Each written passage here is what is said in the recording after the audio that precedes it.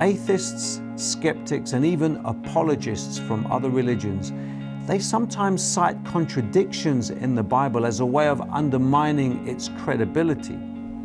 What is interesting is that they usually find these alleged contradictions in sources committed to the subject. This point shows that if people have a commitment to find contradictions, they will find them. Conversely, if people apply themselves to a sincere and diligent study of the Bible, they will find no contradictions but supplementations.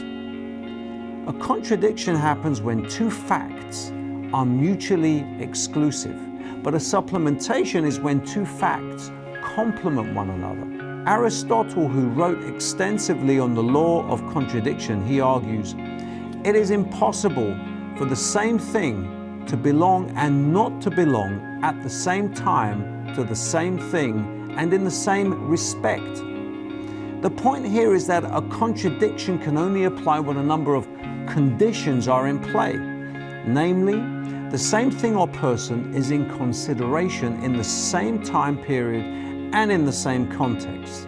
So, for example, if one part of a text states John Smith is poor and another part states John Smith is rich, these two statements would only be contradictory if they referred to the same John Smith in the same time period and in the same context.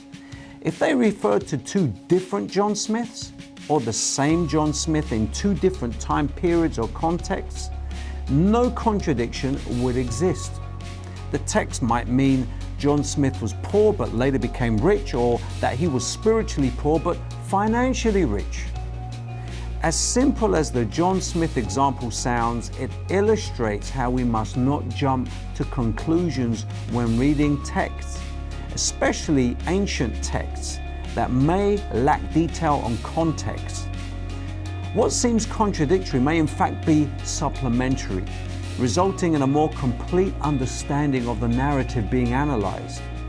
It follows that applying the law of contradiction, apparent Bible conflicts can be resolved.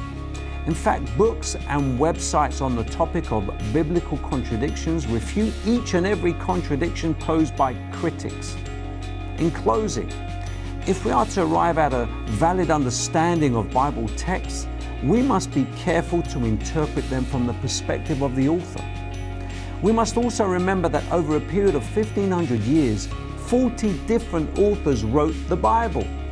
Inconsistencies between them are therefore bound to appear, especially since each author wrote in a different way, from a different time, and in a different context, and in some cases, a different language.